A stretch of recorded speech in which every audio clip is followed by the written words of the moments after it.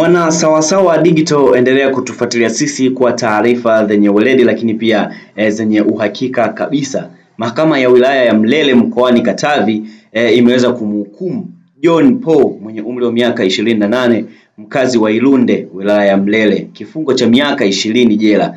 Na hii ni mara baada ya kuweza kupatikana na hatia ya kuweza kumbaka mtoto wa miaka miwili. Huu mshikaji ana umri wa miaka 28, ameweza kufanya kitendo cha ubakaji na ameweza kumbaka mtoto ambaye alikuwa na umri wa miaka miwili tu. Bana wewe, yani mtu amekosa mtu wa kuweza kumfanyia hicho kitu mpaka kwenda kumwingilia mtoto mwenye miaka miwili. Hivi kwa haraka inakuwa ni ngumu sana kuweza kuelewa kwa Watanzania, lakini matukio haya yamekuwa yakitokea sana katika mikoa yetu, katika nchi yetu. Lakini pia taarifa hii imeelezwa kuwa kwamba mshtakiwa alitenda kosa hilo Oktoba 30 mwaka 2024 katika kijiji cha Ilunde saa 9 alasiri, ambapo alimvizia wazazi wa mtoto huyo wakiwa wameenda kuteka maji, na ndipo alipoingia ndani ya chumba au ndani ya nyumba hiyo ambapo mtoto alikuwa amelazwa na kuyafanya hayo aliyoyafanya na kuweza kufanya unyama huo. Yamekuwa ni matukio ambayo yanajirudia sana katika nchi ya Tanzania, kwamba matukio haya ya kuweza kubaka watoto wenye mwaka mmoja, wengine mpaka miezi 6,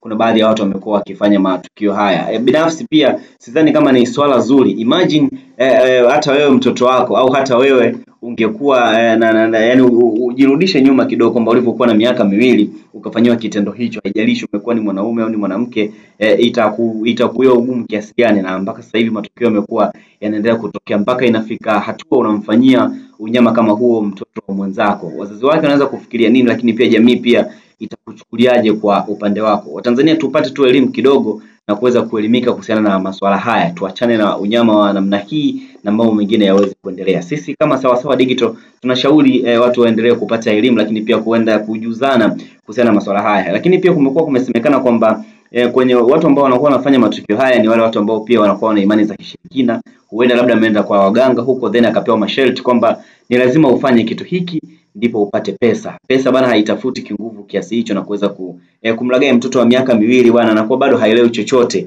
hana chochote ambacho anakijua kwa wakati huo, alafu then unakuwa unafanya matukio kama hayo. Si vizuri, lakini pia si sahihi kabisa. Sisi kama Sawasawa Digital tunakemea, lakini pia tunakwambia habari kiganjani mwako tunakuwa tunakuletea kwa muda wote ambao unakuwa unastahili, na endelea kutufuatilia.